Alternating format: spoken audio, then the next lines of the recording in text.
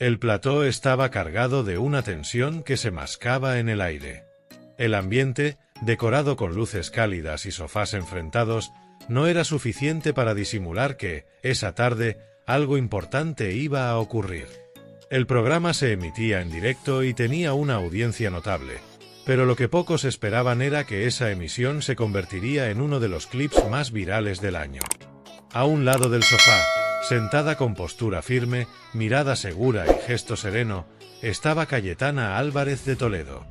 Al otro, con un leve toque de arrogancia disimulada entre sonrisas, Gonzalo Miró, habitual tertuliano de opiniones progresistas, hijo de una leyenda del cine, pero curtido en las trincheras de los debates políticos en televisión. Ambos sabían a lo que venían. Ninguno era ingenuo.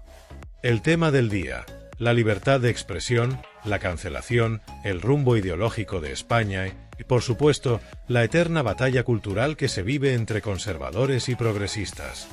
Los primeros minutos transcurrieron con calma. Una introducción del presentador, alguna que otra risa, referencias culturales y titulares políticos. Pero cuando se abrió el bloque de debate sobre la ley de libertad de expresión y los recientes casos de censura en universidades y medios públicos, la conversación dio un giro que nadie olvidaría. Gonzalo tomó la palabra con seguridad. Usó los términos de siempre: inclusividad, discursos de odio, responsabilidad colectiva, y lanzó el argumento de que ciertos discursos, especialmente los que refuerzan estructuras de opresión, no pueden tener el mismo espacio que otros. Lo dijo con énfasis, con el tono paternalista de quien cree estar iluminando a los demás. Pero Cayetana no se inmutó. Esperó que terminara, con las manos cruzadas sobre las rodillas, y entonces comenzó. Su tono era sereno, pero su mirada no dejaba dudas. Iba a responder con precisión quirúrgica. Lo que usted llama discursos de odio es, en la mayoría de los casos, simple discrepancia. Su problema no es con el odio, señor Miró, es con la disidencia. Lo que no soportan es que haya personas que piensen diferente y tengan el valor de decirlo en voz alta. Un murmullo recorrió el plató. Gonzalo intentó interrumpir, pero Cayetana alzó una mano, con elegancia pero firmeza. No he terminado, dijo. Lo que ustedes hacen es definir arbitrariamente lo que se puede decir y lo que no. Han creado un sistema en el que los ofendidos tienen más poder que los argumentos, donde la emoción se impone a la razón. Y eso, señor Miró, no es progreso, es regresión. Él sonrió con desdén. Cayetana, nadie quiere censurar. Pero no podemos permitir que ciertos mensajes fomenten el odio hacia colectivos vulnerables. Hay límites. ¿Y quién pone esos límites? ¿Usted? ¿Una comisión de expertos? Los mismos que deciden que una obra de teatro debe cancelarse porque a un grupo no le gusta. Lo que usted propone es un ministerio de la verdad. Orwelliano, totalitario, asfixiante. La intensidad creció. Cayetana habló entonces de casos concretos: profesores despedidos por opinar en contra de la ideología de género, editoriales presionadas por asociaciones políticas, cuentas de redes sociales cerradas por expresar ideas no aprobadas. Y remató. Ustedes han hecho del victimismo un instrumento de poder. Se escudan en los sentimientos para justificar la censura. Pero la libertad de expresión no existe para proteger ideas populares. Existe, precisamente, para proteger las impopulares, las controversiales, las que desafían al statu quo. La audiencia comenzó a aplaudir.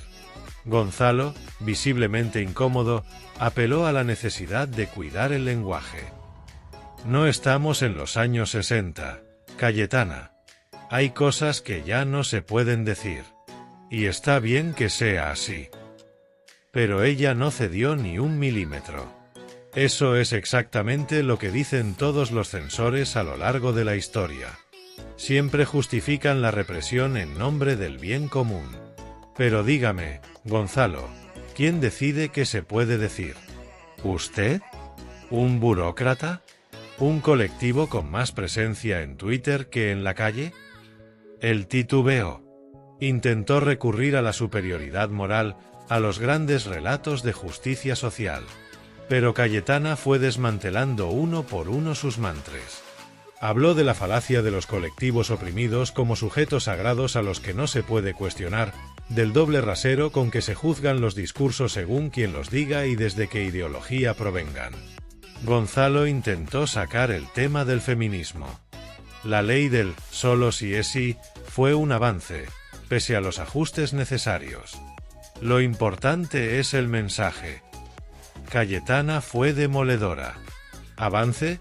¿Una ley que rebaja penas a más de 1000 agresores sexuales es un avance? ¿Una ley tan mal redactada que ni los propios jueces sabían cómo aplicarla? No, señor Miró. No fue un avance. Fue una catástrofe.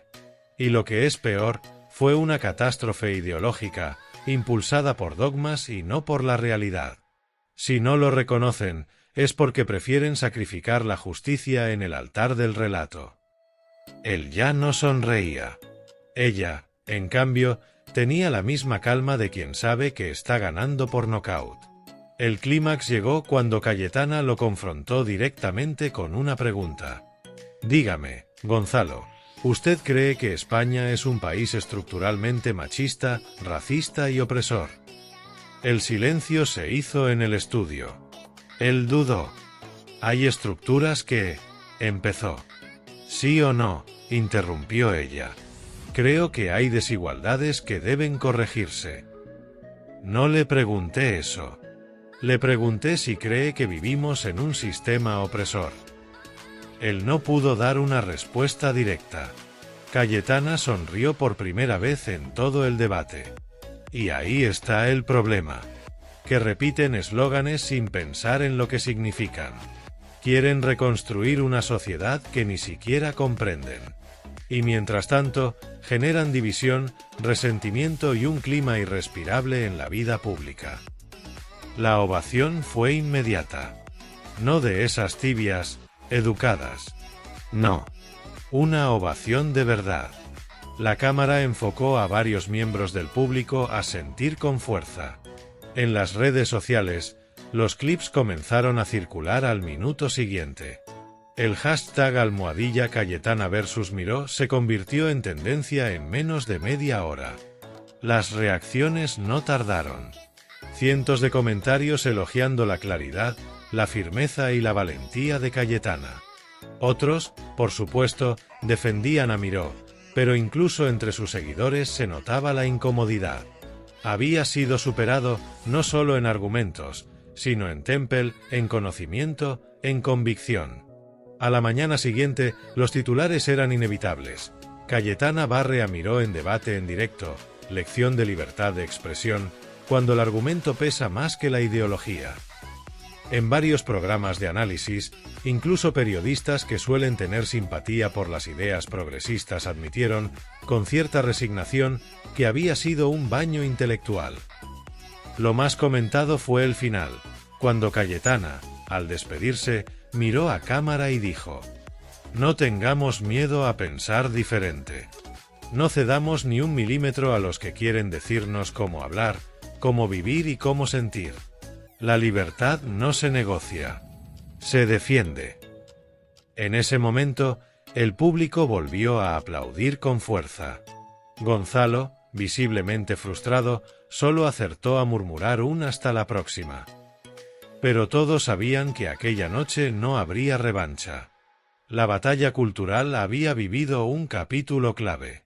Uno de esos que se recuerdan. Uno que, con cada reproducción, sigue haciendo eco. Y si tú también crees que la verdad se defiende con argumentos, no con consignas vacías, suscríbete ahora para no perderte ni un solo análisis como este. La batalla por las ideas continúa. Cayetana no movía un músculo de más. Esa quietud suya no era apatía ni frialdad, era control. El tipo de control que solo se consigue después de años de brega, de estar en 1000 trincheras, de saber cuando una pausa es más efectiva que una frase larga. Mientras Gonzalo gesticulaba, Como intentando atrapar al vuelo una idea que no llegaba, ella simplemente observaba. No era condescendiente. Era quirúrgica. «¿Ve, Gonzalo?», dijo de repente, justo cuando él se acomodaba en su silla para intentar remontar el momento. Usted y los suyos quieren que la realidad encaje dentro de sus conceptos. Pero la realidad no se doblega ante la ideología. Nunca lo ha hecho. Por eso fracasan una y otra vez. Gonzalo giró el rostro hacia el moderador, casi como pidiendo que lo salvara, pero sabía que no podía hacerlo. El programa se vendía como un espacio libre, y todos los invitados lo sabían. Ahí nadie tenía red. Nadie tenía cortapisas. El público quería verdad, no teatralidad. Intentó redirigir el foco. Estamos hablando de libertad de expresión, pero no podemos olvidar el contexto histórico. Las desigualdades de siglos no se corrigen con neutralidad fingida. El lenguaje construye realidad, dijo, con la voz más grave de lo habitual, como si eso le diera más peso a sus palabras. Pero Cayetana ya había olido el punto débil. ¿Lenguaje construye realidad? ¿De verdad cree eso, Gonzalo? Entonces explíqueme por qué, después de décadas repitiendo el mantra del progreso, lo único que ha crecido es el resentimiento social, la polarización, la infantilización del ciudadano. Si el lenguaje construyera realidad, viviríamos en el paraíso que ustedes prometen desde hace años. La cámara hizo un primer plano de Miró. Parpadeó. Tragó saliva. Cayetana no lo atacaba con insultos, sino con hechos. Y eso dolía más. ¿De verdad cree que las palabras tienen más poder que los actos? ¿Más que las políticas públicas, que el trabajo, que la educación basada en el esfuerzo? El problema no es que ustedes defiendan a los vulnerables, Gonzalo. El problema es que han convertido la vulnerabilidad en una industria. Las palabras retumbaron como un martillazo en el plató. Algunos miembros del público intercambiaron miradas cómplices. Otros, progresistas evidentes por sus gestos tensos, murmuraban entre ellos, intentando deslegitimar con gestos lo que no podían refutar con lógica. Gonzalo hizo un último intento de recuperar terreno. Cayetana, el problema es que usted parte de una visión elitista.